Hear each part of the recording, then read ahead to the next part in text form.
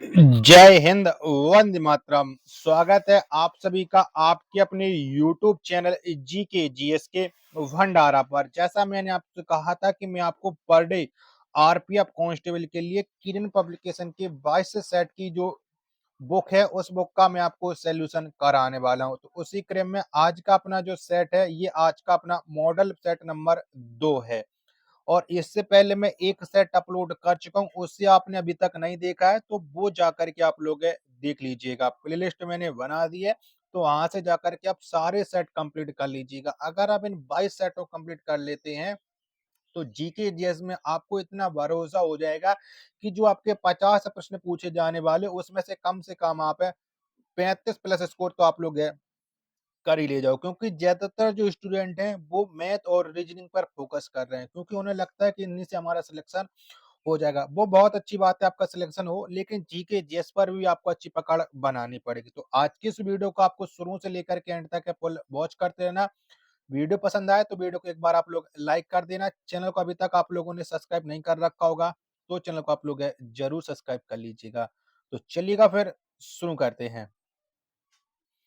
तो आपके सामने 71वां प्रश्न आ जाता और ये आपका है सामान्य जानकारी यानी जीके जीएस के टॉप 50 प्रश्न। तो 71वां प्रश्न है आपके सामने कि भारतीय संविधान का कौन सा भाग राज्य के नीति निर्देशक तत्वों से संबंधित है। तो ये कौन सा भाग संबंध रखता है, 71 का आंसर आपको देना है। तो इसका संबंध है भाग 4 से। 71 का पहला ऑप्शन करेक्ट आंसर हो जाएगा। 72वां प्रश्न है कि निम्नलिखित में से कौन सा आर्थिक क्षेत्रों का युग युग में गलत है। तो कौन सा गलत है, 72 का आंसर आपको देना है। बताओ फटाफट से। तो ये परिवहन द्वितीयक क्षेत्र ये बिल्कुल गलत है। 72 का दूसरा ऑप्शन राइट आंसर है, हो जाएगा। अगला प्रश्न प्रश्न संख्या 73 है कि किस प्रकार की बेरोजगारी में स्नातक तथा स्नातकोत्तर डिग्री वाले युवा नौकरियां प्राप्त नहीं कर पाते हैं। तो ये कौन सी बेरोजगारी में नहीं कर सकते हैं, 73 का आंसर आपको देना है। चारों ऑप्शन आपकी स्क्रीन पर शो रहा है। तो ये शैक्षिक बेरोजगारी में नहीं प्राप्त कर सकते हैं, तीसरा ऑप्शन राइट आंसर हो जाएगा। 74वां प्रश्न है आपके सामने कि भारत में रेपो दर कौन निर्धारित करता है। तो किसके द्वारा निर्धारित होती है भारत में रेपो दर। तो ये भारतीय रिजर्व बैंक के द्वारा निर्धारित होती है भारत में रेपो दर। 74 का पहला ऑप्शन राइट आंसर हो जाएगा। अगला प्रश्न आ जाता है प्रश्न संख्या 75 है किस प्रकार की सरकार में लोगों को अपने स्वयं के शासकों को चुनने की अनुमति होती है। तो बताओ इसका राइट आंसर क्या हो जाएगा, किस प्रकार की सरकार में होती है। 75 का आंसर देना है। तो ये लोकतंत्र की सरकार में होती है, दूसरा ऑप्शन 75 का राइट आंसर है, हो जाएगा। चलिएगा अगला प्रश्न प्रश्न संख्या 76 है आपके सामने कि भारतीय संविधान के अनुसार किस परिस्थिति के अंतर्गत अभिव्यक्ति की स्वतंत्रता नागरिकों से छीन ली जाती है। तो बताओ ये कौन सी परिस्थिति में छीन ली जाती है। 74 का आंसर आपको देना है। तो ये सेंसरशिप में छीन ली जाती है, चौथा ऑप्शन करेक्ट आंसर हो जाएगा। 77वां प्रश्न आ जाता है कि इनमें से कौन सा संसद का एक हिस्सा है लेकिन दोनों सदनों में से किसी का सदस्य नहीं है। तो बताओ वो कौन नहीं है। प्रश्न संख्या 77 का आंसर आपको देना है। तो ये भारत के राष्ट्रपति नहीं है, चौथा ऑप्शन करेक्ट आंसर हो जाएगा। 78वां प्रश्न आ जाता है कि भारतीय संविधान का कौन सा अनुच्छेद संसद को संविधान का संशोधन करने की शक्ति देता है। तो ये कौन सा अनुच्छेद देता है, 78 का आंसर आपको देना है। चलेगा तो ये देता है अनुच्छेद 368 संशोधन की प्रक्रिया संबंधित है, चौथा ऑप्शन राइट आंसर हो जाएगा। प्रश्न संख्या 79 आपके सामने चंद्रगुप्त मौर्य के दरबार में पश्चिम एशिया के यूनानी राजा सेल्यूकस निकेटर द्वारा भेजा गया राजदूत कौन था। तो कौन था, तो वो राजदूत था मेगस्थनी। कौन सा था, मेगस्थनी था। 79 का तीसरा ऑप्शन राइट आंसर हो जाएगा। प्रश्न संख्या 80 है आपके सामने कि किस सेवानिवृत्त ब्रिटिश अफसर ने भारतीय राष्ट्रीय कांग्रेस की स्थापना में अहम भूमिका निभाई थी। तो ये किसने अहम भूमिका निभाई थी, तो ये अहम भूमिका निभाई थी एओ ह्यूम ने, यानी 80 का चौथा ऑप्शन करेक्ट आंसर है, हो जाएगा। प्रश्न संख्या 81 है आपके सामने कि भारतीय राष्ट्रीय कांग्रेस के गठन के समय भारत के वायसराय कौन थे। तो बताओ उस समय भारत के वायसराय कौन थे। तो जब भारतीय राष्ट्रीय कांग्रेस का गठन हुआ था उस समय जो वायसराय थे वो थे लॉर्ड डफरिन, यानी 81 का तीसरा ऑप्शन राइट आंसर हो जाएगा। 82वां प्रश्न आ जाता है, किस वर्ष में महात्मा गांधी दक्षिण अफ्रीका से भारत लौट आए थे? तो कब लौट आए थे, ये आपको बताना है। तो जो महात्मा गांधी दक्षिण अफ्रीका से 1915 में लौट आए थे, 82 का दूसरा ऑप्शन करेक्ट आंसर हो जाएगा। प्रश्न संख्या 83 है आपके सामने, कि धम्म की शिक्षा देने के लिए अशोक ने किन पदाधिकारियों की नियुक्ति की थी? तो बताओ किन की नियुक्ति की गई थी अशोक के द्वारा धम्म की शिक्षा के लिए? तो ये की गई थी धम्म महादत्त की, यानी 83 का चौथा ऑप्शन राइट आंसर हो जाएगा। अगला प्रश्न प्रश्न संख्या 84 आपके सामने, जैन तथा बौद्ध धर्म के समय कितने आश्रमों को मान्यता प्राप्त हुई थी? तो कितनों को प्राप्त हुई थी? 84 का आंसर आपको देना है। जब तक मैं आपको ऑप्शन दिखा देता हूँ, जिससे आप लोग ये डिसाइड कर सको कि इसका राइट आंसर क्या हो जाएगा। तो 84 का जितने भी लोग दे रहे हैं 4, चौथा दूसरा ऑप्शन करेक्ट आंसर हो जाएगा। प्रश्न संख्या 85 आपके सामने, की भारत की मुख्य सीमा 8 डिग्री 4 मिनट नॉर्थ तथा डॉट डॉट अक्षांशों के बीच फैली है। तो ये किन के बीच फैली है, ये आपको बताना है। प्रश्न संख्या 85 का राइट आंसर क्या हो जाएगा? चलिएगा फटाफट से आप लोग कमेंट बॉक्स में बताओ 85 का राइट आंसर। तो 85 का जितने लोग बता रहे हैं 37 डिग्री 6 मिनट उत्तर में फैली हुई है, दूसरा ऑप्शन राइट आंसर हो जाएगा। प्रश्न संख्या 86 है आपके सामने, उत्तर पश्चिम में भारत किन दो देशों के साथ स्थल सीमा साझा करता है? तो कौन से दो देशों के साथ होती है? तो उत्तर पश्चिम में भारत है, वो अपनी सीमा पाकिस्तान तथा अफगानिस्तान के साथ साझा करता है। 86 का पहला ऑप्शन राइट आंसर हो जाएगा। प्रश्न संख्या 87 आ जाता है आपके सामने, थाल भोर तथा पाल घाटियां डॉट डॉट में दर्रे हैं। तो ये कौन सी श्रेणी या कौन सी घाटियां में है? 87 का आंसर आपको देना है। तो ये पश्चिमी घाटियां में दर्रे हैं, यानी पहला ऑप्शन राइट आंसर हो जाएगा।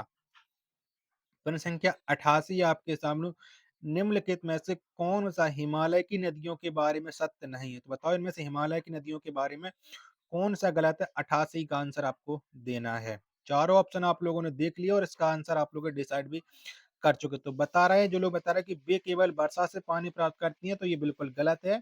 88 का दूसरा ऑप्शन राइट आंसर नहीं हो जाएगा। 89वां प्रश्न है आपके सामने, कि तमिलनाडु के तट डॉट डॉट अपनी कुल वर्षा का एक बड़ा हिस्सा प्राप्त करते हैं। तो ये किससे कब तक करते हैं? 89 का आंसर आपको देना है। तो ये अक्टूबर से नवंबर तक प्राप्त करते हैं, तीसरा ऑप्शन करेक्ट आंसर हो जाएगा। 90वां प्रश्न है आपके सामने, निम्नलिखित में से कौन सा भारत में सबसे महत्वपूर्ण अभ्रक युक्त पेग्माटाइट संपन्न राज्यों में से एक नहीं है? तो कौन नहीं है? 90 का आंसर आपको देना है। तो जितने भी लोग बता रहे हैं जम्मू कश्मीर नहीं है, 90 का चौथा ऑप्शन करेक्ट आंसर हो जाएगा। प्रश्न संख्या 91 है आपके सामने, मापन का अर्थ किसी अज्ञात मात्रा की तुलना कुछ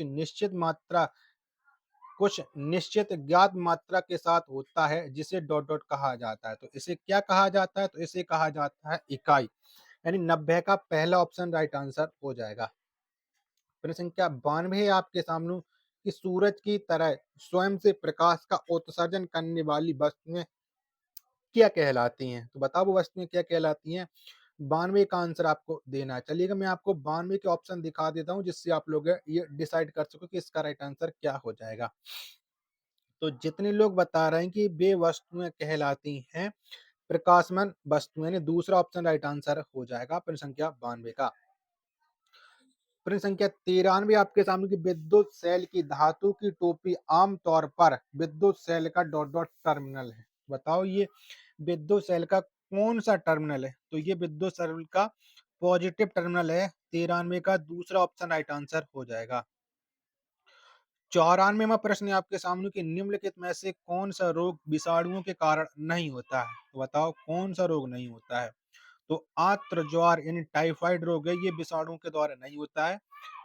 94 का चौथा ऑप्शन राइट आंसर हो जाएगा। अगला प्रश्न प्रश्न संख्या 95 आपके सामने, इमारत में ईंटें जीवों में डॉट डॉट के समान है। बताओ ये जीवों किसके समान है? प्रश्न संख्या 95 का आंसर क्या हो जाएगा?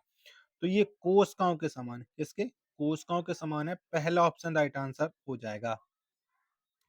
प्रश्न संख्या 96 आपके सामने, के पदार्थ जो आमतौर पर स्वाद में कड़वे होते हैं तथा छूने पर साबुन से प्रतीत होते हैं डॉट डॉट कहलाते हैं। तो बताओ वो क्या कहलाते हैं? तो वो कहलाते हैं सूचक या इंडिकेटर्स। तीसरा ऑप्शन राइट आंसर है, वो हो जाएगा। नहीं सॉरी, ये सूचक नहीं, ये क्षार कहलाते हैं। माफी चाहता हूँ, 97 का क्षार इसका राइट आंसर हो जाएगा। प्रश्न संख्या 97 आपके सामने, कुछ समय के लिए खुले में छोड़े गए लोहे के एक टुकड़े पर भूरे रंग की झिल्ली के रूप में अर्जित पदार्थ डॉट डॉट है। तो वो अर्जित पदार्थ कौन सा है? तो वो अर्जित पदार्थ है जंग। 97 का पहला ऑप्शन राइट आंसर हो जाएगा। प्रश्न संख्या 98 आपके सामने, कि सेल्यूलोज डॉट डॉट का एक बहुलक है। तो बताओ सेल्यूलोज ये किसका बहुलक है? 98 का राइट आंसर क्या हो जाएगा? तो ये जो बहुलक है वो ग्लूकोज का है। तीसरा ऑप्शन राइट आंसर हो जाएगा। प्रश्न संख्या 99 आपके सामने, धुएं तथा कोहरे से बनी वातावरण में मोटी कोहरे की तरह परत क्या कहलाती है? तो बताओ ये परत क्या कहलाती है? तो ये कहलाती है धुंध। 99 का पहला ऑप्शन राइट आंसर हो जाएगा। प्रश्न संख्या 100 है आपके सामने, कि एक जलीय पारिस्थितिकी तंत्र में संख्या का पिरामिड डॉट डॉट होता है। तो बताओ संख्या का पिरामिड कैसा होता है? तो ये सदैव सीधा होता है। 100 का दूसरा ऑप्शन राइट आंसर हो जाएगा। चलेगा। अगला प्रश्न प्रश्न संख्या 101 है। WHO 2023 ग्लोबल टीबी रिपोर्ट के अनुसार 2022 में दुनिया में तपेदक के सबसे अधिक मामले किस देश में हैं? यानी टीबी के मामले सबसे ज्यादा वो कौन से देश में है, ये बताना है। तो वो सबसे ज्यादा टीबी के मामले हैं अपने भारत में। 101 का तीसरा ऑप्शन राइट आंसर हो जाएगा। 102 प्रश्न है आपके सामने, कि बैगनी क्रांति जिसे जम्मू और कश्मीर में शुरू किया गया था को डॉट डॉट के रूप में भी जाना जाता है। तो इसे किसके रूप में जाना जाता है? 102 का आंसर आपको देना है। तो इसे लेवेंडर क्रांति के रूप में जाना जाता है। 102 का पहला ऑप्शन करेक्ट आंसर हो जाएगा। 103वां प्रश्न है आपके सामने, कि सिंधु घाटी सभ्यता है, बताओ कैसी है? तो सिंधु घाटी जो सभ्यता है यह एक कांस्य युगीन सभ्यता है। 103 का चौथा ऑप्शन राइट आंसर हो जाएगा। 104वां प्रश्न है आपके सामने, कौन सी संस्था प्रोडक्शन गैप रिपोर्ट जारी करती है? तो ये कौन सी संस्था के द्वारा जारी किया जाता है? तो ये यूएनईपी के द्वारा जारी किया जाता है। 104 का तीसरा ऑप्शन राइट आंसर हो जाएगा। 105वां प्रश्न है आपके सामने, कि भारतीय संविधान के अनुसार उच्चतम न्यायालय की न्यायाधीश की सेवानिवृत्त की आयु है। तो बताओ कितनी है? तो इसकी जो सेवानिवृत्त की आयु है वो 65 वर्ष है। 105 का तीसरा ऑप्शन राइट आंसर हो जाएगा। 106वां प्रश्न आ जाता है, कि पदार्थ में डॉट डॉट की स्वतंत्र उपस्थिति के कारण पदार्थ को सुचालक बनाता है। बताओ पदार्थ को विद्युत को सुचालक कौन बनाता है? ये किसकी उपस्थिति की वजह से? तो इसका राइट आंसर हो जाएगा इलेक्ट्रॉनों की उपस्थिति की वजह से। 106 का तीसरा ऑप्शन राइट आंसर हो जाएगा। 107वां प्रश्न है आपके सामने, कि समुद्री गोंडवाना जीवाश्म पार्क अवस्थित है। बताओ ये कहाँ पर अवस्थित है? तो ये अवस्थित है छत्तीसगढ़ में, समुद्री गोंडवाना जीवाश्म पार्क। पहला ऑप्शन राइट आंसर हो जाएगा। 108वां प्रश्न है आपके सामने, की पीएफआरडीए राष्ट्रीय पेंशन योजना खाता धारकों को कितने प्रतिशत पेंशन फंड तक निकासी की अनुमति देगा? तो ये कितने प्रतिशत देगा? तो ये देगा 60%। 108 का चौथा ऑप्शन राइट आंसर हो जाएगा। 109वां प्रश्न आ जाता है, कि डॉट डॉट प्रभाव के कारण प्रकाश दो माध्यमों के मध्य तल पर मुड़ जाता है। तो ये किसके प्रभाव के कारण? तो ये राइट आंसर हो जाएगा अपवर्तन की वजह से। 109 का तीसरा ऑप्शन करेक्ट आंसर हो जाएगा। आशा करता हूँ आपको वीडियो पसंद आ रही होगी, तो प्लीज वीडियो को लाइक करके चैनल को आप लोग जरूर सब्सक्राइब कर लीजिएगा। 110वां प्रश्न है आपके सामने, कि स्वतंत्रता सेनानी भगत सिंह, राजगुरु और सुखदेव को डॉट डॉट की हत्या के लिए फांसी दी गई थी। तो ये किसकी हत्या के लिए फांसी दी गई थी? तो ये दी गई थी जेपी सॉन्डर्स की हत्या के लिए। 110 का पहला ऑप्शन राइट आंसर हो जाएगा। 111वां प्रश्न है आपके सामने, कि भूकंप विज्ञानी किस आधार पर बड़े भूकंप होने की संभावना की भविष्यवाणी नहीं करता? तो ये कौन से आधार पर नहीं करता है? 111 का आंसर आपको बताना है। चारों ऑप्शन आपकी स्क्रीन पर होगा। तो ये ग्रहों की स्थिति के आधार पर नहीं करता है। तीसरा ऑप्शन राइट आंसर हो जाएगा। 112 प्रश्न आ जाता है, कि निम्नलिखित में से किसने भारत के वित्त मंत्री के रूप में कार्य किया है? बताओ इसने किसमें किसने कार्य किया भारत के वित्त मंत्री? तो ये प्रणब मुखर्जी ने किया है। पहला ऑप्शन राइट आंसर हो जाएगा। 113वां प्रश्न आ जाता है कि भोजन के संबंध में गलत कथन की पहचान करें। यानी भोजन के बारे में कौन-सा कथन गलत है, ये आपको बताना है। चारों ऑप्शन आप लोग देख लीजिएगा। तो यह एक अकार्बनिक पदार्थ है, ये बिल्कुल गलत है। पहला ऑप्शन राइट आंसर हो जाएगा। 114वां प्रश्न है आपके सामने, भारत का राष्ट्रीय गीत वंदे मातरम किस भाषा में लिखा गया है? तो कौन-सी भाषा में लिखा गया है? तो ये लिखा गया संस्कृत भाषा में। 114 का चौथा ऑप्शन राइट आंसर हो जाएगा। 115वां प्रश्न है आपके सामने कि शव को संदर्भित करता है। बताओ क्या संदर्भ करता है शव को?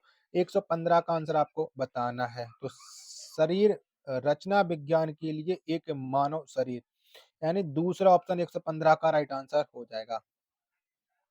116वां प्रश्न है आपके सामने कि द ग्रेट इंडियन नोबेल पुस्तक प्रसिद्ध राजनीतिक डॉट डॉट द्वारा लिखी गई है। तो ये किसके द्वारा लिखी गई है? द ग्रेट इंडियन नोबेल पुस्तक। तो इसको जो लिखा गया वो शशि थरूर के द्वारा लिखा गया। 116 का चौथा ऑप्शन राइट आंसर हो जाएगा। 117वां प्रश्न है आपके सामने कि वैश्विक मत्स्य पालन सम्मेलन भारत 2023 भारत के निम्नलिखित किस शहर में आयोजित किया गया? तो ये कौन से शहर में हुआ था? 117 का आंसर आपको देना है। चलेगा, 117 के आप लोग ऑप्शन देख लीजिएगा। तो 117 का जितने भी लोग बता रहे हैं कि ये अहमदाबाद में हुआ है, दूसरा ऑप्शन राइट आंसर हो जाएगा। 118वां प्रश्न कि इसरो का वाणिज्यिक और विपणन शाखा है, बताओ कौन सी है? तो इसरो का जो वाणिज्यिक और विपणन शाखा वो है एक्सट्रीम निगम लिमिटेड। 118 का पहला ऑप्शन राइट आंसर हो जाएगा। 119 प्रश्न है आपके सामने कि प्रति इकाई क्षेत्र में व्यक्तियों की संख्या डॉट डॉट का माप देती है। तो ये किसका माप देती है? तो ये देती है जनसंख्या घनत्व का माप। 119 का पहला ऑप्शन राइट आंसर हो जाएगा। प्रश्न संख्या 120 और आज का ये अंतिम प्रश्न है मॉडल परीक्षा सेट नंबर 2 का। भारतीय कृषि अनुसंधान संस्थान ने पराली जलाने से निपटने के लिए धान की डॉट डॉट किस्म विकसित की है। तो कौन सी किस्म विकसित की है? 120 का आंसर आपको बताना। तो ये की है पूसा 2090। 120 का दूसरा ऑप्शन राइट आंसर हो जाएगा। आशा करता हूँ आपको ये वीडियो पसंद आई होगी। तो वीडियो को आप एक बार लाइक कर दीजिएगा। चैनल को अभी तक आप लोगों ने सब्सक्राइब नहीं कर रखा होगा, चैनल को आप लोग जरूर सब्सक्राइब कर लीजिएगा। मिलते पर अपने एक और नेक्स्ट वीडियो के साथ, तब तक के लिए धन्यवाद। जय हिंद, वंदे मातरम।